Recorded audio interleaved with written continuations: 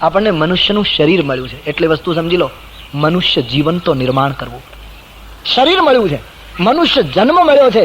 જીવન, જન્મ અને મૃત્યુની વચ્ચેનો જે અવકાશ છે એમાં પ્રાપ્ત કરવા માટે મારે તમારે સાચું જીવવું પડે. જીવન નથી મળ્યું. જેને જીવન મળે ને એનું મૃત્યુ કોઈ દિવસ હોય નહીં. જન્મની સામે મૃત્યુ આવે. જીવન એ તો અનંત યાત્રા છે, એનો કોઈ દિવસ અંત નથી. જગતમાં જેને જીવન મળ્યા છે એનો અંત નથી. કોણ કહે છે મીરા મૃત્યુ પામી? મીરા મૃત્યુ પામી એમ કહી શકાતું જ નથી.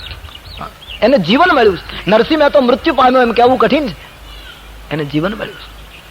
મહાપુરુષો મરતા નથી. જેને જીવન પ્રાપ્ત થાય છે એના મૃત્યુ નથી. એ તો પ્રારબ્ધ પૂરું થાય એટલે શરીર છોડે, બાકી અશરીરી ફરતા હોય.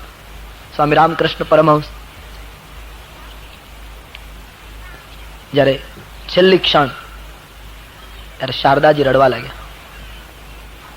પરમહંસજીએ કહ્યું, દેવી શું કામ રડો છો? બોલે ભગવાનને એમ લાગે છે હવે કદાચ તમે જવાની તૈયારીમાં. આ તો બોલે તેમાં રડો છો શું કામ? બોલે મારે વિધવા થવું પડશે. કહ્યું મારી પત્ની કોઈ દિવસ વિધવા થઈ શકે? તમે એમ માનો છો કે હું મરું? મારા દેવ કદી મૃત્યુ ન પામી શકે. માંગમાં રોજ સિંદૂર પૂરે, રોજ તૈયાર થાય, વસ્ત્રો પહેરે, બંગડી પોતાની સતત ધારણ કરી રાખેલી, અને રોજ સ્વામી રામકૃષ્ણ પરમહંસને ભોજન ઉપર બહુ રુચિ હતી એટલે રોજ પ્રેમથી રસોઈ તૈયાર કરે, એની નિયત જગ્યાએ ભોજન પીરસે અને પરમહંસ જમતા હોય એવા ભાવથી પંખો નાખે. પછી પોતે પ્રસાદ લે. રાત પડે એટલે એની પથારી તૈયાર કરે. જાણે પરમહંસજીને આખું જીવન શારદામણી આમ જીવ્યા છે. જીવન મળે એનું મૃત્યુ કેમ થાય? મારો કહેવાનો અર્થ, દેવ બનવા કરતા સાચા માનવ બનીએ, સાચા ઇન્સાન બનીએ. માણસ નથી દેખા. એ તો આમ બધા આકૃતિમાં દેખાય છે, બાકી તો નથી. સમાજમાં સંતોની આંખ લઈને જોઈએ તો મનુષ્ય રૂપેણ મૃગાચરંતી, મનુષ્યના રૂપમાં પશુ. રમણ મહર્ષિ માટે તમે સાંભળ્યું છે, રમણજીની પાસે જે મળવા જતા તો રમણ મહર્ષિ એમ કહેતા, આવો ઊંટ ભાઈ, આવો કૂતરા ભાઈ, આવું બોલતા હતા. કોઈને એમ લાગે કે આ પાગલ થઈ ગયા છે. માણસ આવે તો કાં તો કહે ઊંટ ભાઈ આવો, કાં તો કહે કૂતરા ભાઈ આવો, કાં તો કહે ફલા વાઘ ભાઈ આવો. એટલે બધા કહે, શિષ્યો કહે બાપજી આનું નામ વાઘભાઈ નથી. બોલે તમને જે લાગતું હોય, મને જે લાગે છે એવું કહું છું, મને જે દેખાય છે મારા ચશ્માથી એટલે કૂતરાભાઈ કહું છું, ઊંટભાઈ. ઘણી વખત રમણજીની પાસે લોકો હેરાન થઈ જતા હતા, પણ એ આવું જ બોલતા. અને જવાબમાં જ કહેતા, મને જે દેખાય છે તે, મને આમાં માણસ નથી દેખાતો, મને આમાં કૂતરો દેખાય. એટલા માટે હું જે છે એ કહું છું, ખોટું શું કામ કહું? અને મનુષ્ય રૂપેણ મૃગાચરંતી. એ મેં એક વાર્તા સાંભળેલી કે એક સંત જતા હતા, પછી એક વેપારી એક શેઠ એની પાછળ દોડ્યા અને પછી આશીર્વાદ માંગ્યો, બાપજી આશીર્વાદ આપો. એટલે પેલા સંતે કહ્યું માણસ થા, આવો આશીર્વાદ. પેલો શેઠ હેરાન થઈ ગયો, માણસ થાય એટલે શું? હું માણસ નથી, 3 ક્લબનો તો મેમ્બર છું અને હું માણસ નહીં. આ કઈ રીતનું નિવેદન? આખા ગામમાં પ્રતિષ્ઠા મારી અને હું માણસ, મને માણસ થવાનો આ બોધ આપે. મહાત્માજી બસ ચાલવા લાગ્યા. પેલો પાછળ કહ્યું બાપજી ચોખવટ કરો, કઈ આશીર્વાદ નહીં. બોલે કહ્યું ના માણસ થા, પુનઃ એ શબ્દ. વળી પાછળ દોડ્યો, કહ્યું બાપજી કઈ ખુલાસો કરો, તમે મને માણસ થવાનું કહો છો એટલે. બોલે મેં તને કહ્યું માણસ થા. પેલો હેરાન થઈ ગયો, આગળથી આવીને પગ પકડી લીધા. તો બાપજી તમે મને માણસ થવાનું કહો છો તો હું તમને કેવો લાગુ છું? બોલે તું મને અત્યારે માણસ નથી લાગતો. હું તો આમ તો માણસ છું. બોલે તારી આંખથી તને લાગે, મારા ચશ્મા પહેર તો ખબર પડે. બોલે બતાવો. જોડીમાંથી સંતે ચશ્મા આપ્યા કે આ ચશ્મા પહેરીને જગતને જોઈશ તો તને ખબર પડશે કે વાસ્તવમાં માણસ કેવો દેખાય. હવે એ ચશ્મા પહેર્યા તો માણસ હેરાન થઈ ગયો. હા, કોઈ કૂતરાનું રૂપ દેખાય, કોઈ વાઘનું રૂપ દેખાય, કોઈ ઊંટનું રૂપ દેખાય. બધા માણસોમાં એને બધું આવું દેખાવા લાગ્યું. પરેશાન થઈ ગયો. આખા ગામના લોકો પશુ જેવા દેખાવા લાગ્યા.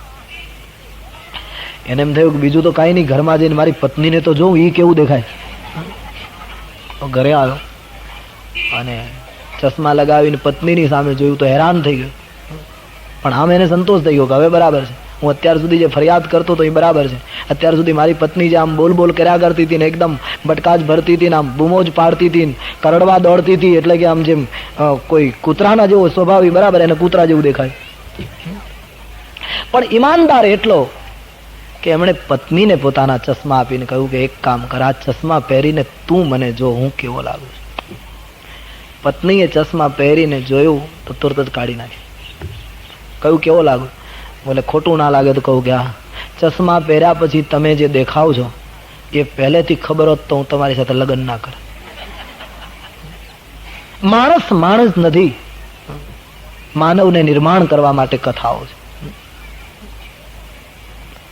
દેવતાઓ ઘણું લાંબુ જીવે છે, પણ શું કામનું? પ્લાસ્ટિકના ફૂલ 35 વર્ષ સુધી ફૂલદાનીમાં એવા ને એવા રહી જાય તો શું કામના? ભલે સવારે ખીલે ને સાંજે કરમાય, પણ ગુલાબ કા અપના એક જીવન है.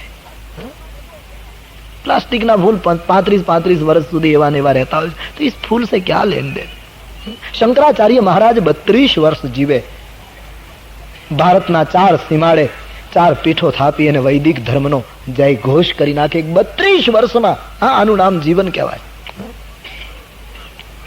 અને 72 વર્ષનો માણસ થાય અને છતાં રડતો જ હોય, મારાથી શું થાય, હું શું કરી શકું, માયામાં ડૂબેલા છીએ, મરી ગયા છીએ, આવી વાતો કરે તો એ કઈ જીવન કહેવાય? જીવન એક જુદી જ વાત છે. જેને જીવન મળે છે એનું મૃત્યુ નથી થતું, એ અમર બને. તો દેવતાઓ ઈર્ષાળુ છે. દક્ષની સૂચના પ્રમાણે બધા દેવતાઓ વિમાનો શણગારી, પોતાના શરીર શણગારી, અપ્સરાઓને લઈને ચાય કરીને કૈલાસ ઉપરથી નીકળ્યા શંકરજીને દેખાડવા કે તમારા સસરાને ત્યાં પ્રસંગ, અમે જઈએ છીએ અને તમને આમંત્રણ નથી. ઈર્ષાળુ દેવતાઓ આ રીતે નીકળ્યા. હવે શંકર ભગવાન કથા કહેતા હતા અને એમાં વિમાનનો અવાજ થયો ને એ ઉપરથી વિમાનો નીકળ્યા. એમાં સતીનું ધ્યાન કથામાંથી વિમાનમાં ગયું. એ તો મેં ગઈકાલે કહ્યું કે હવે સારું છે છેલ્લા વર્ષોમાં કે કથામાં કંઈક પરિવર્તન આવ્યું, નહીતર મોટે ભાગે કથા સાંભળનારાનું ધ્યાન વિમાનમાં જ રહેતું હતું. લોકો એમ માનતા હતા ભાગવતની કથા સાંભળીએ એટલે વિમાન આવે. અને કરુણા એ છે કે અત્યાર સુધીમાં કોઈને પાછું આવ્યું નહીં. આટલું સાંભળ્યું, કથા સુણી ફૂટ્યા કાન, તોય એને આવ્યું બ્રહ્મ જ્ઞાન આખો. એક જણને વિમાન આવ્યું પરીક્ષિતને, તો એ માણસ બેઠો નહીં, એમણે વિમાનને પાછું કાઢ્યું. હવે મારે મુક્તિને શું કરવી, મારા પગમાં મુક્તિ આળોટે. મોટે ભાગે લોકો વિમાન માટે, અમને સ્વર્ગ મળે, અમને વૈકુંઠ મળે એટલા માટે વિમાનની કથાની પાછળ નહીં. આ તો આમ બીજા અર્થમાં જોઈએ તો એમ પણ લાગે કે એ સારું છે, નથી આવતું. આવે તો કેટલા જણા બેસે? માની લો 19મી તારીખે અહીંયા વિમાન આવે બપોરના 12 વાગે અને વિમાનમાંથી પાર્ષદો ઉતરે અને એમ કહે કે કથા કહેનાર અને સાંભળનાર બધા ઉપર ભગવાન ખૂબ રાજી થઈ ગયા છે અને સીધું વિમાન અહીંયા ઉતાર્યું છે અમે, અને અહીંથી સીધા તમને ભગવાનના ધામમાં લઈ જવાના, બેસ જાઓ. આપણામાંથી કેટલા બેસે? નામ લખાવો. કોઈ ના બેસે. હું મારાથી તો ના જ પાડું. મારાથી શરૂઆત કરું તો હું ના કહી દઉં કે અમારે ત્યાં નથી આવવું, હજી અમારે બીજી કથા છે. કેટલા માણસોને જવાની તૈયારી છે.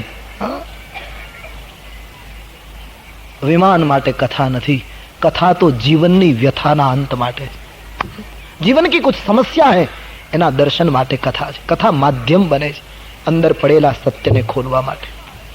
इसलिए कथा सुनो. સતીનું ધ્યાન વિમાનમાં ગયું અને કથામાં વિક્ષેપ કર્યો. એમણે શંકર ભગવાનને પૂછ્યું, મહારાજ કથા પછી કહેજો, આ વિમાનો ક્યાં જાય? કોને ઘરે આટલો મોટો પ્રસંગ, કે આટલા બધા દેવતાઓ જઈ રહ્યા છે, જલ્દી બતાવીએ ના. શંકર ભગવાને જવાબ ના આપ્યો. સતીએ બીજી વાર પૂછ્યું ત્યારે શિવજીએ વાત કરી, તમારા પિતાજી યજ્ઞ કરે છે અને એ યજ્ઞની અંદર બધા દેવતાઓને નિમંત્રણ આપ્યું છે. મારી સાથે જરા મન દુઃખ છે એટલે આપણને નિમંત્રણ નથી. તમે એના પુત્રી છો પણ મારા પત્ની ગણાવો, એટલા માટે હમરે બાયર તો મહી બિસરાઈ. અને દેવી જ્યાં નિમંત્રણ ન હોય ત્યાં જવાનો વિચાર નહીં કરવો જોઈએ. હું સમજુ છું દેવી નીતિશાસ્ત્રને કે માતા પિતાને ત્યાં સંતાન નિમંત્રણ વગર જઈ શકે. આપણે ત્યાં 4 સૂત્ર છે નીતિના. માતા પિતાને ત્યાં કોઈ પ્રસંગ હોય તો સંતાનને વિના આમંત્રણે જવાની છૂટ નીતિ વિદો આપે છે. બીજું, મિત્રને ઘરે મિત્ર નિમંત્રણ વગર જઈ શકે. ત્રીજું, ગુરુની પાસે શિષ્ય નિમંત્રણ વગર જઈ શકે. અને ચોથું, આવા ભગવત સંબંધી કોઈ પણ સત્કાર્યો થતા હોય એમાં કોઈ પણ વ્યક્તિ નિમંત્રણ વગર જઈ શકે. તો દેવી આ નીતિના ન્યાયે તમે તમારા માતા પિતાને ત્યાં વગર નિમંત્રણે જાઓ તો ચાલે, પણ તદપી વિરોધમાન જહ કોઈ તહા ગયે કલ્યાણ ન હોય. છતાંય જે જગ્યાએ તમારે જવાનું છે ત્યાં તમારો કોઈ વિરોધ કરવાનો હોય અથવા તો આપણું આગમન સામી વ્યક્તિને રુચિકર ન થતું હોય તો તહા ગયે કલ્યાણ ન હોય, ત્યાં જવાથી કલ્યાણ થતું નથી. માટે દેવી આદર વગર આપણું આગમન ત્યાં થાય ને એ લોકોને દુઃખ થાય ને આપણું અપમાન કરે, એના કરતા એ પ્રસંગ દક્ષને મુબારક. દેવી હું તમને સ્પષ્ટ કહું, મેં જાણ્યું છે તમારી બધી બહેનોને તમારા પિતાએ નિમંત્રણ આપ્યું છે, તમને જ નથી મોકલ્યું કારણ કે તમે મારા પત્ની છો, મારું અપમાન કરવું. સતી માન્યા નહીં. સતીએ શિવજીને કહ્યું, મારા પિતાને ત્યાં પ્રસંગ હોય ને તમે મને જવાની ના પાડો તે બરાબર નહીં. હઠ કર્યો છે. શંકર ભગવાને ઘણું કહ્યું, દેવી પસ્તાશો, હજી મારી વાત માનો. સતી કબૂલ ન થઈ. મને જવા દો. સતીને એમ કે શિવજીએ મારો ત્યાગ કર્યો, આ બાને માતા પિતાને મળું તો થોડું દુઃખ ઓછું થાય. આ મારી તમારી પ્રવૃત્તિ હોય, જ્યારે જીવનમાં દુઃખ પડે છે ને ત્યારે માણસ દોડાદોડી કરે, અહીંયા જાઉં તો દુઃખ ઓછું થાય, આને મળું તો રાહત મળે. એટલે બુદ્ધ કહેતા ના કે સંસારીને દુઃખ પડે ને તો દુઃખ માંથી મુક્તિ કેમ મળે એટલા માટે એ દોડે, અને સંતને દુઃખ પડે ત્યારે એ દુઃખ ભોગવી લે, પણ મારા ઉપર દુઃખ આવ્યું કેમ એનું મૂળ શોધે.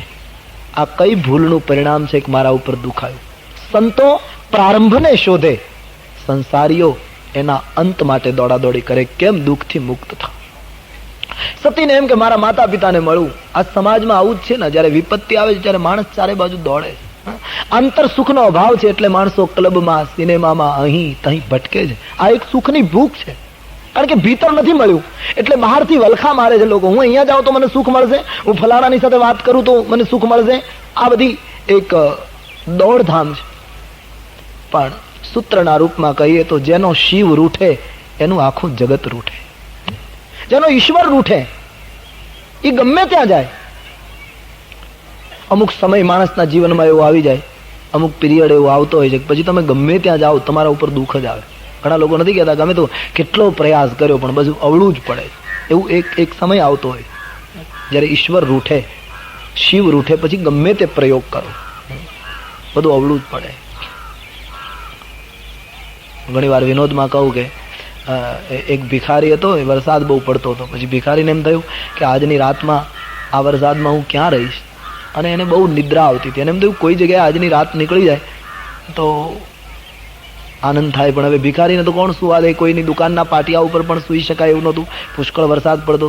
એમાં ભિખારી વિચાર કરતો હતો, એમાં એને સામે પોલીસ ચોકી જોઈ, 2 પોલીસ બેઠેલા. ભિખારીને એમ થયું કે રાત્રિએ સૂઈ શકું અને સુખ મળે, એટલા માટે થયું કે લાવ ગુનો કરું, એકાદ નાનકડો એવો ગુનો કરું એટલે કોઈ બૂમ પાડીને મને પોલીસના હાથમાં પકડાવી દે અને પોલીસ મને 2 તમાચા મારીને પોલીસ ચોકીમાં પૂરી દે તો હું નિરાતો સૂઈ જાઉં. સુખ મેળવવા માટે એમણે આ નિર્ણય કર્યો. ને એમાં કોઈ બેન બાજુમાંથી પસાર થઈ, એ બેનના હાથમાં છત્રી હતી. પેલા ભિખારીને એમ થયું કે આની છત્રી ખેંચી લઉં, ઝૂંટવી લઉં એટલે બૂમ પાડશે ને પોલીસ મને પકડશે એટલે છત્રી આપી દઈશ ને પેલો મને સુડાવી દે. એટલે બેનના હાથમાંથી સુખ મેળવવા માટે છત્રી આંચકવાનો ગુનો કર્યો. ને છત્રી લઈને જ્યાં ભાગ્યો તો પેલી બેને એમ કહ્યું તમારી હોય તો તમે લઈ જાઓ. કારણ કે બનેલું એવું એ બેન કોઈના પાસેથી આંચકીને નીકળે. પેલો પરેશાન થઈ ગયો કે ગુનો કરવા ગયો તો પણ અવળું પડ્યું. અમુક સમય જ એવો આવે છે તમે ગમે તેટલા વલખા મારો બીજું જ થઈને ઉભું રહે. સતીને એમ કે માતા પિતાને મળીશ તો સુખ મળશે. શંકર ભગવાને કહ્યું, માન્યા નહીં. કહી દેખા હરિયત્ન બહુ રહીન દક્ષ કુમારી, દિયે મુખ્ય ગણ સંગ તબ વિદા કિન્હી ત્રિપુરારી. શંકર ભગવાને 2 ગણોને સાથે મોકલ્યા કે સતીને લઈ જાઓ, સાચવીને લઈ જજો, કાર્ય પૂરું થાય એટલે લઈ આવજો. સતી પિતાના યજ્ઞમાં યાજ્ઞવલ્ક ભરદ્વાજજીને કહે, મહર્ષિ દક્ષ મહારાજે બધાને એવી કડક સૂચના આપેલી કે શંકરને મેં નિમંત્રણ નથી આપ્યું, સ્વમાની છે, નિમંત્રણ વગર નહીં આવે, પણ કદાચ મારી પુત્રી આવે તો હું બધાને કડક સૂચના આપું છું કે મેં અપમાન કરવા માટે યજ્ઞ યોજ્યો છે. મારી પુત્રીનું પણ કોઈએ સન્માન કરવાનું નથી. મારી પુત્રીને આદર આપશે એનો હું શિરછેદ કરીશ. આટલો પિતા ક્રૂર બન્યો. શિવ રૂઠે ત્યારે સંસારના બધા પાત્રો બદલી જતા હોય. જેવા પિતા અને ભવન સતી પહોંચ્યા છે, દેવતાઓએ કોઈએ બોલાવ્યા નહીં. પિતાજી મુખ ફેરવીને જતા રહ્યા, પુત્રીની સામે જોયું પણ નહીં. બહેનો મળી પણ મેણા મારતી મારતી મળી. સમય રૂઠે ને ત્યારે બધા રૂઠે. બધી બહેનો વ્યંગ કરવા લાગી. તુલસીદાસજી તો મર્યાદાના સંત છે ને એટલે વ્યંગમાં શું બોલ્યા એ ચોખવટ નથી કરી, ખાલી વ્યંગ કરતી હતી એટલું લખ્યું. પણ સંતોએ પછી શોધી કાઢ્યું કે બહેનો વ્યંગમાં શું બોલતી હતી. બધી બહેનો પાર્વતીને સતાવે છે, વ્યંગ કરે છે, કટાક્ષ કરે છે કે તમે કઈ હવે મકાન બનાવ્યું છે કે હજી સ્મશાનમાં જ રહો છો. આવા મેણા મારવા લાગે. કારણ કે શંકર ભગવાન સ્મશાનમાં નિવાસ. તમારા પતિ હવે કપડાં પહેરે છે કે હજી આમનામ જ ફરે છે? કપડાં પહેરવાનું ભાન આવ્યું છે કે નહીં? ભસ્મ ચોળવાનું ચાલુ રાખ્યું છે કે બંધ રાખ્યું છે? આવા વ્યંગ કરવા લાગી. આખો સમાજ રૂઠી ગયો પાર્વતીથી. કોઈ બોલાવતું નથી, બોલે છે એ વ્યંગ કરે. તુલસીદાસજી એક કામ બહુ સરસ કર્યું. સાદર ભલે હી મિલી એક માતા, પાર્વતીની માતા એને પ્રેમથી મળે છે. તુલસીદાસજીએ માતૃત્વનો બચાવ કર્યો કે બધા રૂઠે પણ માં કુપુત્રો જાય તો ક્વચિદપી કુમાતા ન ભવતી. શંકરાચાર્ય મહારાજે લખ્યું, પૃથિવ્યામ પુત્રાસ્તે જનની બહવઃ સંતિ સરલા પરમ તેષામ મધ્યે વિરલ તરલોહમ તવ સુતઃ મદીયોયમ ત્યાગઃ સમુચિતમિદમ નો તવ શિવે કુપુત્રો જાયેત ક્વચિદપી કુમાતા ન ભવતી. માતાનો પ્રેમ સ્વાભાવિક હતો અને માતાએ દીકરીને હૃદયે લગાડી કહ્યું, બેટી મનમાં ઓછું ન લાવીશ. તારા પિતાની બુદ્ધિ આજ સત્તાના નશામાં ડૂબેલી છે અને તેથી અપમાન બધાનું કરે છે, પણ દીકરી હું તારી છું આમ કહી માએ આશ્વાસન આપ્યું. થોડીક રાહત થઈ. પોતાના ગણોની સાથે સતી યજ્ઞ દર્શન કરવા માટે યજ્ઞ ભૂમિ પર ગયા છે. ચિક્કાર મેદની દેવતાઓ ગર્વમાં ફૂલાઈને બેઠા છે, દક્ષ અભિમાનમાં બેઠા છે, ઋષિ મુનિઓ યજ્ઞમાં આહુતિ અપાવે છે, યજ્ઞ ચાલી રહ્યો છે. સતીએ આવીને ચારે બાજુ જોયું તો કતહુ ન દીખ શંભુ કર ભાગા. કોઈ જગ્યાએ શંકરજીનું સ્થાપન પણ નહીં અને પછી રહેવાયું નહીં. તબ ચિત્ત ચઢેવું જો શંકર કહેવું. પોતાના પતિનું આટલું મોટું અપમાન જોઈને સતીને પિતા ઉપર તો રોષ આવ્યો, સભામાં ઉપસ્થિત દેવતાઓ ઉપર રોષ આવ્યો, ઋષિ મુનિઓ અને બ્રાહ્મણો ઉપર પણ રોષ આવ્યો. કારણ સતીને એમ થયું કે આ બ્રાહ્મણોની ફરજ નહોતી કે દક્ષને કહેવું જોઈએ કે શંકરજીના સ્થાપન વગર યજ્ઞ ન થઈ શકે. પણ દક્ષએ બધાને કહેલું ઋષિ મુનિઓને કે મારે એવો યજ્ઞ કરવો છે જેમાં શંકરનું સ્થાપન ન હોય. તમારે જેટલી દક્ષિણા જોતી હોય એટલી લો, પણ સ્થાપન વગર કરો. પેલા કહ્યું એમ બીમારી તો ત્યારે હતી, આજે જ છે એમ નહીં. ટકાવારીમાં ફેર પડી ગયો. તે દિવસે 20% બીમારી છે, અત્યારે 80% બીમારી થઈ ગઈ ને 20%. અંધકાર તો ક્યારેય હતો, યુગે યુગે અંધકાર રહ્યો છે, સમજી લો. અને એનું પ્રમાણ મોટામાં મોટું છે કે એ સારા કાળની અંદર પણ જો અંધકાર ન હોત, ખોટી મુશ્કેલીઓ ન હોત, તો ઉપનિષદમાં કોઈ દિવસ સૂત્ર ન આવત, તમસો માં જ્યોતિર્ગમય. અમને અંધારેથી પ્રકાશ તરફ લઈ જા. આ વાક્ય ઋષિઓને બોલવું ન પડ્યું હોત. અંધકાર ત્યારે પણ હતો, પ્રમાણમાં થોડી વધઘટ થઈ ગઈ. નહીં તો ઋષિ મુનિઓની ફરજ હતી એને ઇનકાર કરી દેવો જોઈએ કે દક્ષ તમે ગમે તેટલા મોટા હો તો તમારી સમૃદ્ધિ અને સત્તા તમને મુબારક. ભગવાન શિવના સ્થાપન વગર વૈદિક ન્યાય પ્રમાણે યજ્ઞ ન થઈ શકે, આમ કહેવું જોઈતું હતું. પણ ઋષિઓ તે દિવસે બોલ્યા નહીં અને તેથી સતીએ ઋષિ મુનિઓને પણ બદલો આપતા એનું નામ ઉલ્લેખ કર્યો છે. તે સુનહુ સભાસદ સકલ મુનિંદા કહી સુની જીન શંકર નિંદા. હે ઋષિઓ, હે દેવતાઓ, જેમણે શિવની નિંદા કરી અને જેમણે મૌન સંમતિ આપી એ નિંદાને સાંભળી છે. બધા સરખા ગુનેગાર છે. નિંદા માટે કરનારો તો ગુનેગાર છે, પણ શ્રવણ કરનારો પણ ગુનેગાર છે.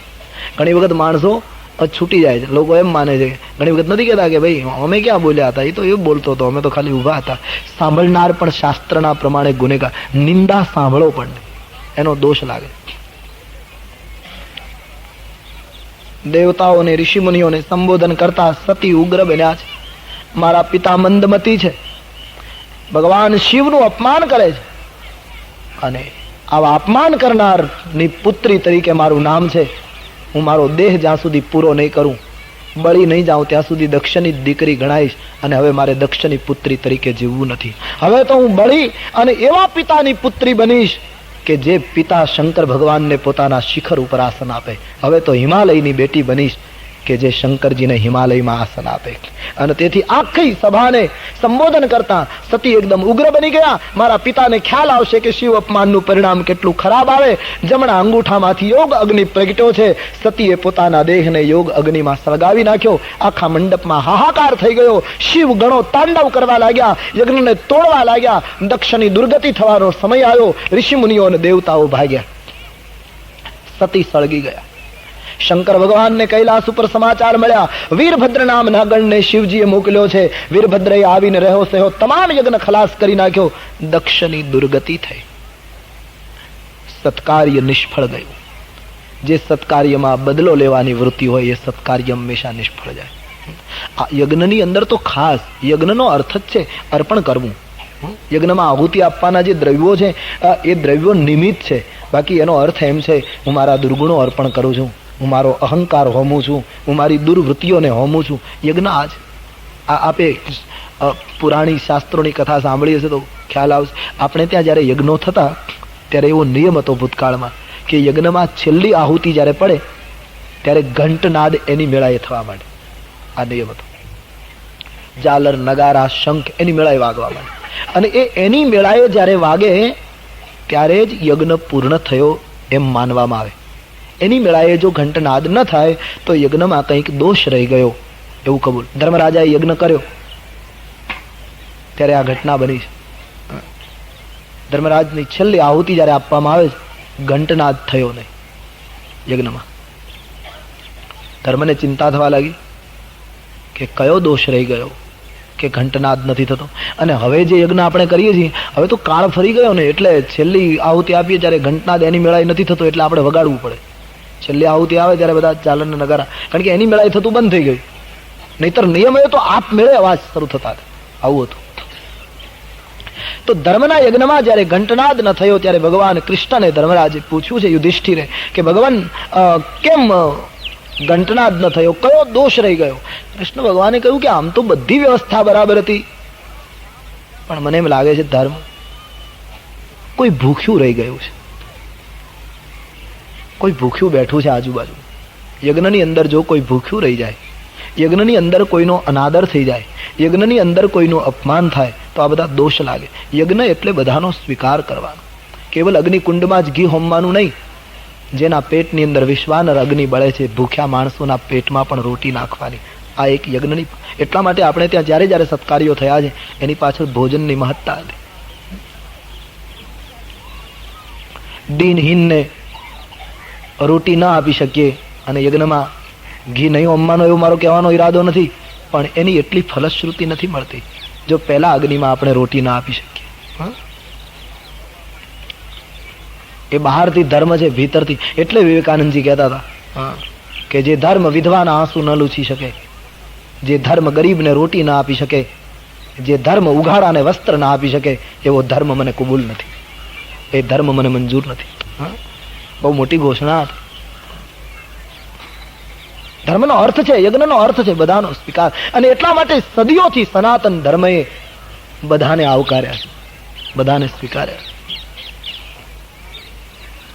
આ જે કથાઓ છે એ બધી પ્રતિ યુગમાં, વર્તમાન યુગમાં માણસે જોવી જોઈએ. એનો અર્થ એ રીતે લેવો જોઈએ. મહાભારતની કુંતાનું ચરિત્ર આપણે વાંચીએ, સાંભળીએ અને અહોભાવ પ્રગટ કરીએ કે મહાભારતની કુંતા પાંડવોની માતા એટલે ધન્ય. સારી વાત છે, ભૂતકાળની કુંતાને યાદ કરીને અહોભાવ પ્રગટ કરવો જોઈએ. પણ તમારી પોળમાં કોઈ વિધવા કુંતા બેસી અને ભૂખી આંસુડા પાડતી હોય, એના તરફ તમે ધ્યાન ના આપો તો મહાભારતની કુંતાનું વર્ણન કરવું તમારા માટે કોઈ અર્થ નથી.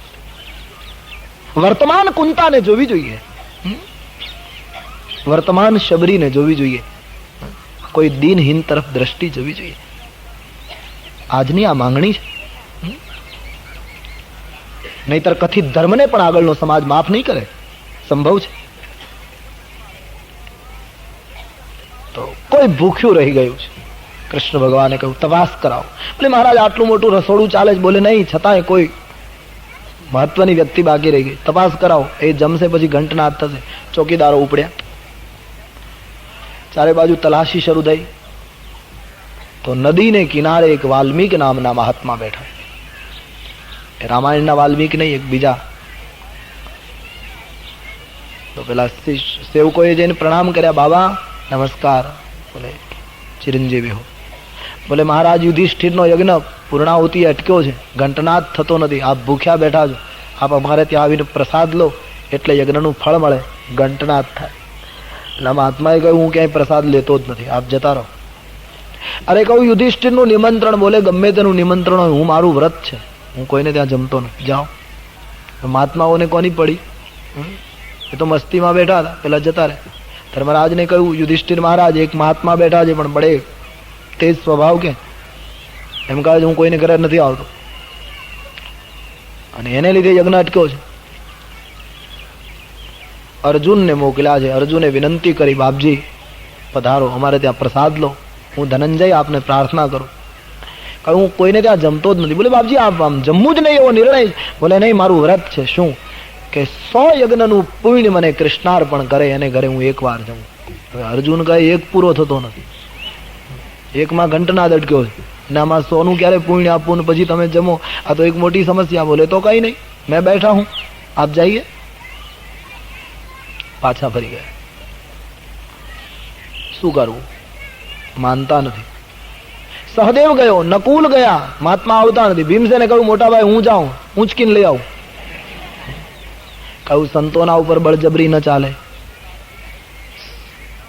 છેવટે કૃષ્ણા તૈયાર થયા, દ્રૌપદીએ કહ્યું હું જાઉં. ધર્મરાજાએ કહ્યું અમારા કોઈથી ના આવે, તમારાથી આવશે. કૃષ્ણ ભગવાન વચ્ચે પડ્યા. યુધિષ્ઠિર ચૂપ રહી ગયા. દ્રૌપદીને જવા દો, તમે નથી કરી શક્યા, કદાચ દ્રૌપદી કરી શકશે. દાસીઓ તૈયાર થઈ છે. દ્રૌપદી માટે રથ આવ્યો. દ્રૌપદીએ ના પાડી, રથ પાછો લઈ જાઓ. સંતના દર્શને વાહનમાં ન જવાય, હું પેદલ જઈશ. પૂજાની સામગ્રી લઈ દ્રૌપદીજી પેદલ ગયા છે. સંતના ચરણમાં વંદન કરી બાપજીની પૂજા કરી. બેટી ધન્ય હો. બાપજી હું દ્રૌપદી.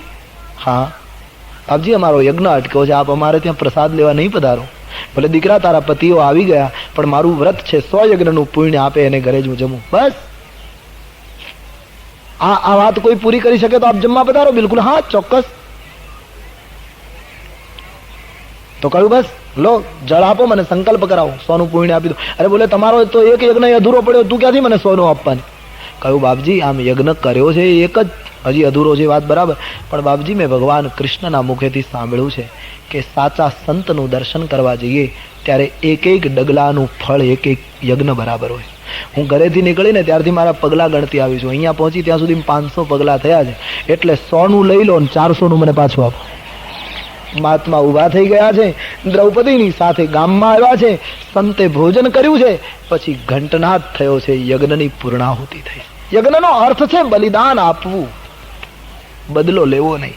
દક્ષના યજ્ઞમાં બદલાની વૃત્તિ હતી, તેથી જગતમાં એની પરિસ્થિતિ ખરાબ થઈ. યજ્ઞ ખલાસ થઈ ગયો, સતી બળી ગયા. ભગવાન શંકરનો રોષ દક્ષને સહન કરવો પડ્યો. બીજી તરફ તુલસીદાસજી લખે છે સતી જરત પરમ બર માંગા, જન્મ જન્મ શિવ પદે અનુરાગા. સતીએ અગ્નિકુંડમાં બળતી વખતે ભગવાનની પાસે એક પ્રાર્થના કરેલી કે હે પ્રભુ મને જન્મ જન્માંતર સુધી શિવની દાસી બનાવજે, હું સ્ત્રી જ બનું અને મને શંકર જ પતિ તરીકે પ્રાપ્ત થાવ. આ ભાવ લઈને સતીએ શરીર બાળ્યું. પરિણામે સતીનો બીજો જન્મ હિમાચલને ત્યાં પુત્રી તરીકે થયો. સંતો કહે છે અંતિમ વાસના એ પુનર્જન્મનું કારણ બની જાય છે. સતીની છેલ્લી ઈચ્છા હતી જન્મ જન્મ શિવ ચરણની અધિકારી બનું, તેથી બીજો જન્મ હિમાચલની કન્યા તરીકે સતીને થયો. ચંચળ શ્રદ્ધા બળી ગઈ અને હિમાલયની સ્થિરતામાંથી નવી શ્રદ્ધાનો જન્મ થયો. એક દક્ષની પુત્રી તરીકે જે શ્રદ્ધા હતી, એક બુદ્ધિમાન બાપની બેટી તરીકેનું જે અહમ હતું એ ખલાસ થઈ ગયું અને હિમાલયની મજબૂત સ્થિરતામાંથી એક નવી કન્યા જન્મી, યાની નવી શ્રદ્ધાનો. કારણ કે પાર્વતી એ શ્રદ્ધા છે. ભવાની શંકરો વંદે શ્રદ્ધા વિશ્વાસ રૂપિણો. દિવસે દિવસે પાર્વતી મોટા થવા લાગ્યા. તુલસી કહે હિમાલયને ઘરે મોટી ઉંમરે પુત્રીનો જન્મ થયો. એનો અર્થ બાળપણમાં યુવાનીમાં સાચી શ્રદ્ધા જન્મે તો ધન્ય થઈ જવાય, પણ કદાચ ઘડપણમાં સાચી શ્રદ્ધા જો જીવનમાં જન્મે તો જીવન ધન્ય થઈ જાય. શ્રદ્ધા જન્મી, પાર્વતીનો જન્મ થયો. તુલસીદાસજીએ લખ્યું દીકરી દિવસે દિવસે મોટી થવા લાગી. શ્રદ્ધા દિવસે દિવસે વધવી જોઈએ. આ સૂત્રના રૂપમાં આપણા જીવનમાં ભલે મોટી ઉંમરે શ્રદ્ધાનો જન્મ થાય, સાચી શ્રદ્ધા પ્રગટે, પણ એ ધીમે ધીમે વધવી જોઈએ. ઘણી વખત જીવનમાં એવું બને છે લોકો અમુક સમયે એટલી બધી શ્રદ્ધા મૂકી દે ને પછી એટલા ધીમા પડી જાય. શ્રાવણ મહિનામાં તો શંકર ભગવાન થાકી જાય, આટલી શ્રદ્ધા ઉભી થાય લોકોને. અને પછી શંકરને 11 મહિના રાહ જોવી પડે કે આ ગયો ક્યાં, પછી દેખાતા નથી કોઈ. એટલે ઘણી વખત મારી તમારી શ્રદ્ધા એટલી બધી ઉભરો આમ ઉછાળો આવે છે. શ્રદ્ધાને ધીમે ધીમે વધવા દો. જેને સમગ્ર જીવન શ્રદ્ધામય રાખવું હોય એની શ્રદ્ધામાં ઉત્તરોત્તર વૃદ્ધિ થવી. દીકરી મોટી થવા માંડી એનો અર્થ આ છે. જેને પોતાની શ્રદ્ધા વિશ્વાસના હાથમાં અર્પણ કરવી હોય એને ધીરે ધીરે કન્યા મોટી થવી જોઈએ. શેરડીનો આખો સાંઠો જેને ખાવો હોય પૂરો આખો, એને શેરડી ખાવાની શરૂઆત ઉપરથી કરવી જોઈએ, મૂળથી ન કરાય. મીઠાશ મૂળમાં વધારે હોય, પણ જો મૂળથી શરૂઆત કરો તો જેમ જેમ ઉપર જશો એમ નિરસતા પેદા થશે અને છેવટે જશો ત્યાં બિલકુલ એકદમ મીઠાશ ખલાસ થઈ જાય. જેને એક જ ટુકડો ખાવો હોય એ ભલે નીચેનો ખાઈ લે, એક વાત જુદી, જેને નવરાત્રીમાં જ ભક્તિ કરવી હોય એ ભલે નીચેનો ટુકડો ખાઈને બાકીનો સાંઠો મૂકી દે, પણ જેમને સળંગ જીવન ઈશ્વરને અર્પણ કરવું હોય એને શેરડી ઉપરથી જીવન. એક ટુકડો ખાઓ અને બીજો શરૂ કરશો તો મીઠાશ ઓર વધશે. જે આખો શેરડીનો સાંઠો ખાશે એને ક્યાં, બીજો ટુકડો ખાશો, ત્રીજો ટુકડો શરૂ કરશો, મીઠાશ ઓર, એક એક ટુકડે મીઠાશ વધશે. જો ઉપરથી શરૂ કરીશ અને નીચેથી, જો ઘણી વખત ઉછાળો આવે છે ભક્તિમાં, નીચેથી ચાલુ થઈ જાય, જેમ જેમ ઉપર જાય એમ એકદમ મીઠાશ ખતમ, ઉછાળો બંધ થઈ જાય. નવા નવા વેવાઈઓ થાય ત્યારે નહીં, તમે નથી જોતા, નવા નવા સગપણ કરે, અઠવાડિયે તો મળતા હોય ને મળે ત્યારે એકબીજાને એટલા બધા ભેટી પડે, આપણને એમ થાય પોલીસ બોલાવવી પડે, એટલા બધા ભેટી પડે. 3 દિવસે તો મળ્યા જ હોય ને, કાગળ ને પત્રો ને ટેલિફોન ઉપર ટેલિફોન. પણ જેવા છોકરાઓના લગ્ન થઈ જાય, થોડોક સમય જાય એટલે એવા સંબંધો બગડવા માંડે કે એકબીજા સામે મળે નહીં. કારણ કે શેરડી અને નીચેથી શરૂ કરી નાખે, શેરડી ઉપરથી શરૂ કરો. એક કાતળી ખાઓ, બીજી કાતળીમાં વધારે મીઠાશ આવશે, ત્રીજીમાં એથી. પણ એક ખતરો છે, એક ટુકડો શેરડીનો ખાધા પછી બીજો ટુકડો ખાતી વખતે વધારે મીઠાશ લેવી હોય તો વચ્ચે એક ગાંઠ આવશે, એ ગાંઠને તોડવી પડશે. એમ જીવનમાં ઉત્તરોત્તર મીઠાશ પામવા માટે એક એક વિપત્તિની ગાંઠ સાધકે તોડવી પડશે. પુનિત મહારાજ કહેતા, સંસાર શેરડીનો સાંઠો, એમાં ડગલે દુઃખ કેરી ગાંઠો. ગાંઠ આવશે, એ ગાંઠ તોડવી પડે. અને એ ગાંઠ મજબૂત વાળા, દાંત વાળા તોડી શકે, ચોકઠા વાળાનું કામ નહીં. એટલે યુવાનીમાં જ આ કાર્ય થઈ શકે જેને પોતાના નિજી દાંત હોય. જબ આઈ તેરી જવાની તબ તુજે હોશ નહીં રહા, અબ હોશ આયા તો જવાની નિકલ ગઈ. ભક્તિ અને શ્રદ્ધાની વૃદ્ધિ તો જુવાનીમાં, માણસ આગળ વધે ધીરે ધીરે, વિપત્તિને તો એ જ પૂરું કરી શકે. એક એક ગાંઠ તોડવી પડશે. અને જો ગાંઠ તૂટી જાય તો વળી પાછી વધારે મીઠાશ આવશે, વળી ગાંઠ આવશે, એ તૂટી જાય એટલે વધારે મીઠાશ આવશે. અને એમ કરતા કરતા છેક સુધી પહોંચો તો સમજદાર માણસ હોય ને એ છેલ્લે પહોંચે ત્યારે છેલ્લો ટુકડો ખાય નહીં, એ છેલ્લો ટુકડો રહેવા દે અને બાજુની જમીનમાં એને વાવી દે તો એમાંથી બીજી શેરડીનો સાંઠો શરૂ થઈ જાય. એમ શ્રદ્ધાને ઉત્તરોત્તર વધારતા વધારતા અંતમાં એ શ્રદ્ધાનું બીજ બાજુમાં એવી રીતે વાવો કે અનેક સાંઠાઓ પાછા શરૂ થઈ જાય. પાર્વતી ધીમે ધીમે મોટા થયા, એનો તાત્વિક અર્થ આ છે. અને બહુ સરસ આમ તાત્વિક અર્થમાં લાગે કે તુલસીદાસજી એમ લખ્યું કે ભવાની જેવી કન્યા ઉંમરમાં આવી દીકરી તો ઓચિંતા નારદજી એને ઘરે આવ્યા. આનો અર્થ એમ થાય કે માનવીની શ્રદ્ધા પરિપક્વ બને પછી ગુરુ ગોતવો ન પડે, ગુરુ એની મેળાએ આંગણે આવીને ઉભો રહે. શ્રદ્ધા જ્યારે જ્યારે જીવની બળવત્તર બની છે ત્યારે સંતો એની મેળાએ પહોંચે. એક દિવસ ઓચિંતા નારદજી પધાર્યા છે. યાજ્ઞવલ્ક ભરદ્વાજજીને કહે છે, મહર્ષિ નારદજી આવ્યા, હિમાચલ ધન્ય બન્યા. મહિનાએ એને હિમાચલે નારદજીનું સન્માન કર્યું. પોતાની પુત્રી પાર્વતીને બોલાવી બાપજીના પગમાં વંદન કરાવી. હિમાચલ નારદજીને કહે, ત્રિકાલજ્ઞ સર્વજ્ઞ તુમ ગતિ સર્વત્ર તુમ્હારી, કહું સુતા કે દોષ ગુણ મુનિવર હૃદય વિચારી. હે બાપજી, આજ આ મારું આંગણ પવિત્ર કર્યું. મારે ત્યાં પુત્રીનો જન્મ થયો, દીકરી આટલી મોટી થઈ, આપના પુનિત પગલા થયા. બાપજી, મારી દીકરીનું ભાગ્ય જોઈ આપો, મારી પુત્રીને હાથની રેખા જોઈ આપો. આપ તો ત્રિકાલજ્ઞ છો, આનો જોશ જોઈ આપો, મારી પુત્રીનું ભાગ્ય કેવું છે. નારદજી ભવાનીની હાથ જોવે છે.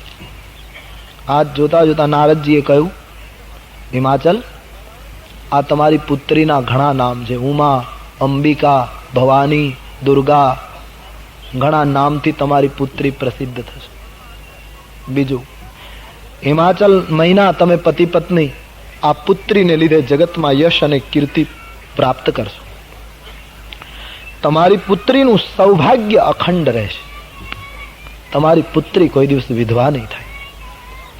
તમારી પુત્રી સંસારમાં પાતિવ્રત્ય ધર્મની આચાર્યા બનશે. તમારી પુત્રીનું સ્મરણ કરવાથી સંસારની સુહાગણ સ્ત્રીઓ પતિવ્રતા ધર્મને પાળી શકશે. તમારી પુત્રી સુલક્ષણી છે, સદગુણનો ભંડાર છે, સ્વરૂપવાન છે. પ્રભુએ બધી કૃપા તમારા ઉપર કરી છે. નારદજીના વચનો સાંભળી હિમાચલ અને મહિના ખૂબ રાજી થયા છે. પણ હાથની રેખાઓ જોતા જોતા જોતા નારદજીએ કહ્યું, છેલ્લી એક રેખા જરાક અવળી છે. જ્યોતિષીઓની ખૂબી જાય, પહેલા બધું આપણને સારું કહે અને પછી મૂળ વાત છેલ્લે જ બતાવે. કે તમારે આટલા જપ કરવા પડશે ને આટલું આમ થાય ને ફલાણા નંગ મંગાવો ને આટલા ગ્રહોનું પેલું કરો. એ મૂળ લિસ્ટ પછી આવે. પેલા તો એ બધું સારું કહી દે. એક જણ નહીં રમૂજમાં પેલો જ્યોતિષીની પાસે ગયો કે મને બહુ મુશ્કેલી છે, કંઈક જોઈ આપો. એવું તમને ફલાણો ગ્રહ નડે છે ને તમારે સોનાની વીંટીમાં લાલ નંગ નાખીને પહેરવી પડશે, સોનાની વીંટી લાવો તો. પેલો કહે સોનું લેવાના પૈસા હોય તો ગ્રહ નડે એમ જ કેમ કહેવાય? જો સોનાની વીંટી હું ખરીદી શકું એટલી સગવડ હોય તો મને ગ્રહ નડે એમ થાય જ નહીં. કહ્યું નહીં, તમને બહુ મુશ્કેલી છે ને ભવિષ્યમાં ફસતાશો, તમારે આ સોનાની વીંટી. પેલા એ સોનીને ત્યાંથી ઉધાર સોનાની વીંટી લીધી અને નંગ કર્યો અને દક્ષિણા આપી. મહારાજે બધું કરી આપ્યું, પહેર્યું. 1 મહિનો થયો, કાંઈ ફેર પડ્યો નહીં. મહારાજ મળ્યા ને કહ્યું કેમ થયું? ગ્રહ નડતો બંધ થઈ ગયો. કે ગ્રહ બંધ થઈ ગયો પણ સોની નડે છે. બજારમાં નીકળ્યું મારાથી થતું નથી, જ્યાં જાઓ ત્યાં ઉઘરાણી થાય છે. આ ગ્રહ નડતો બંધ થઈ ગયો અને સોનીની નડતર ચાલુ થઈ. નારદજીએ જોશ જોતા જોતા કહ્યું છે એક રેખા બરાબર નથી. બોલે બાપજી કઈ? કે તમારી પુત્રીના હાથમાં પતિ રેખા બરાબર નથી.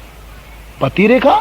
અને માતા પિતા માટે તો દીકરી માટે પતિ એ મહત્વની વાત છે. બાપજી જલ્દી બતાવો. બોલે સુનિએ, અને પતિ કેવો મળશે? કેવો મળશે બાપજી? અગુણયમાન માતુ પિતુ હીના ઉદાસીન સબ સંશય ક્ષીણ. અને પતિ એવો મળશે જે અગુણ હશે, અમાન હશે, સ્મશાનમાં ભટકતો હશે, ભસ્મ ચોળતો હશે. એને માતા પિતા જ નહીં હોય, માતા પિતા વગરનો પુરુષ. અને વાત એ સાચી. ઉદાસીન હશે, તમામ સંશયો જેના ક્ષીણ થઈ ગયા હશે, આવો પતિ એને મળશે. માતા પિતા રડી પડ્યા કે બાપજી આટલી સુંદર કન્યા અને એને આવો પતિ મળે. બોલે હાથમાં લખ્યું છે, આમાં કઈ ફેરફાર ન થઈ શકે. પણ ભવાનીએ જોયું માતા પિતા રડે છે એ વખતે ભવાનીની આંખમાં પણ આંસુ. પણ તુલસીદાસજી કહે માતા પિતાના દુઃખના આંસુ, પાર્વતીના હર્ષના આંસુ. પાર્વતી સમજી ગયા કે બાપજી જેનું વર્ણન કરે એ શંકર સિવાય બીજું કોઈ હોઈ શકે નહીં. કારણ કે આખી દુનિયામાં માતા પિતા વગરનું તત્વ એક શંકર જ છે. શંકરને માતા પિતા જ નથી. એટલે તો પુષ્પદંત લગે છે અજન્માનો લોકા કિમિ વયવંતોપી જગતામ મધિષ્ઠાતારમ કિમ ભવ વિધિરના દત્ય. અજન્મા છે શિવજી. શંકરજીને કોણ માતા પિતા? એટલે તો આપણે પુરાણમાં કથા આવે છે કે શંકર ભગવાનનું પહેલું જયારે લગ્ન થતું હતું ત્યારે પછી ગૌર મહારાજે શંકર ભગવાનને કહ્યું કે વરરાજા, અહીંના પ્રદેશનો એવો નિયમ છે કે વરરાજાએ પોતાના પિતાજીનું નામ અને ગોત્ર ને એ બધું બોલવાનું. એટલે મંગલ ફેરા પછી શરૂ થશે, આપ આપના પિતાજીનું નામ બતાવો. શંકર ભગવાન મુશ્કેલીમાં મુકાયા કે મારે કોઈ પિતાજી જ નહીં, હું કોનું નામ આપું? આખી દુનિયાનો પિતા જ હું છું, અને આવી મને ખબર હોત તો હું પરણવા નહીં આવતી. ગૌર મહારાજે હઠ પકડી, બસ વરરાજા પિતાજીનું નામ બોલો. એમાં નારદજી જાનમાં આવેલા. નારદજીએ શંકર ભગવાનને કહ્યું તમે પરણવા આવ્યા છો, ગુસ્સો નહીં કરશો, બાપુજીનું નામ કહી દો. અરે પણ નારદ તને ખબર નથી મારે કોણ બાપુજી, કોનું નામ આપું? અરે બોલે ગમે તેનું નામ આપી દો, પણ પરણવું હોય તો નામ આપવું પડશે. ગમે તેનું અત્યારે કામ ચલાવ આપી દો નામ, પણ કોનું નામ આપું? બોલે બ્રહ્માનું નામ આપી દો ને. આખા જગતનું સર્જન બ્રહ્મા કરે. બોલે બ્રહ્મા જગતનું સર્જન કરે, એ મારો થોડો સર્જક છે, કહે નામ આપવામાં શું વાંધો? નારદજીએ એક વચ્ચેનો માર્ગ બતાવ્યો અને શંકર ભગવાને કહ્યું મારા પિતાનું નામ વિરંચી યાની બ્રહ્મા. ઓર બાપાએ કહ્યું ધન્યવાદ, હવે વરરાજા આપના દાદાજીનું નામ બોલો. શંકર ભગવાન કહે બાપુજી જ નથી તો પછી દાદાજી કેમ હોઈ શકે? નારદજી પાછા આવ્યા, કહ્યું મહારાજ રોષ નહીં કરશો, પિતાજીનું નામ વિરંચી તો દાદાનું નામ વિષ્ણુ લગાવી દો. કહું સારું, દાદાનું નામ વિષ્ણુ. ઓર બાપાએ કહ્યું ધન્યવાદ, બસ હવે એક બાકી છે, પરદાદાનું નામ આપો, દાદાજીના પિતાશ્રીનું નામ આપો. નારદજી ચાલતા થઈ ગયા, હવે કોનું નામ બતાવું? શંકર ભગવાને કહ્યું પિતાજીનું નામ વિરંચી, દાદાજીનું નામ વિષ્ણુ, હવે કોનું નામ સાંભળો? બોલે તમારા દાદાના બાપુજીનું નામ. તો સુનીએ, પિતાનું નામ વિરંચી, દાદાનું નામ વિષ્ણુ, અને એ બંનેનો પિતાજી પાછો હું છું. આમ શંકર ભગવાન મારે કોણ પિતા? નમે મૃત્યુ શંકા, શંકરાચાર્ય મહારાજ લખે છે નમે મૃત્યુ શંકા નમે જાતિ ભેદ પિતાર નૈવ મેં નૈવ માતા ન જન્મ ન બંધુર ન મિત્રમ ગુરુર્નૈવ શિષ્યઃ ચિદાનંદ રૂપઃ શિવોહમ શિવોહમ ચિદાનંદ રૂપઃ શિવોહમ શિવોહમ ન મે દ્વેષ રાગો ન મે લોભ મોહ મદોર્નૈવ મેત નૈવ માત્સર્ય ભાવ ન ધર્મો ન ચાર્થો ન કામો ન મોક્ષઃ ચિદાનંદ રૂપઃ શિવોહમ શિવોહમ ચિદાનંદ રૂપઃ શિવો ન બંધુર ન મિત્રમ ગુરુર નૈવ શિષ્ય. આને એવો પતિ મળશે જેને માતા પિતા નહીં હોય. સાંભળી પાર્વતી ખૂબ રાજી થયા છે. માતા પિતાને દુઃખ થયું. નારદજીને વંદન કરી હિમાચલે કહ્યું, બાપજી આપ કહો એટલા યજ્ઞો કરું, આપ કહો એટલા અનુષ્ઠાન કરું, જપ જાપ કરું, પણ મારી પુત્રીને તમે વર્ણવ્યો એવો પતિ ન મળવો જોઈએ. આ તો કલ્પવૃક્ષને જે ફળ લાગવું જોઈએ તે બાવળને લાગી રહ્યું છે. બાપજી આવી વિચિત્રતા. હિમાચલને હસતા હસતા નારદજીએ કહ્યું, આ તો વિધિ લેખ છે હિમાચલ, આને બદલી ન શકાય. કહ મુનીશ હિમવંત સુનુ, જો વિધિ લિખા લીલાર, દેવ દનુજ નર નાગ મુનિ કો ન મેટનહાર. વિધાતા એ માનવીના લલાટમાં જે લેખ લખ્યા હોય એને કોણ બદલીશ? પણ તું હી નામ તારન સબે કાજ સારન, ધરો ઉસકા ધારન નિવારણ કરેગા. નથા દાંત વાકુ દિયા દૂધ માકુ, खबर है खुदा को सबर जो भरेगा. तेरा सीना मीटे दिल का कीना, जिन्हें पेट दीना वो आपे भरेगा. मुरादम कहे जो मुकद्दर की अंदर, जिन्हें टाक मारा न टारा टरेगा. વિધાતાએ જે માનવીના લલાટમાં લખ્યું એને કોણ બદલી શકે? દેવતાઓ, મુનિઓ, રાક્ષસો કોઈ બદલી ન શકે, પણ બે વ્યક્તિ બદલી શકે. વિધિ લેખને એક સંત બદલી શકે અને બીજું હરિ નામનો જપ બદલી શકે, એમ શાસ્ત્રમાં કહ્યું છે.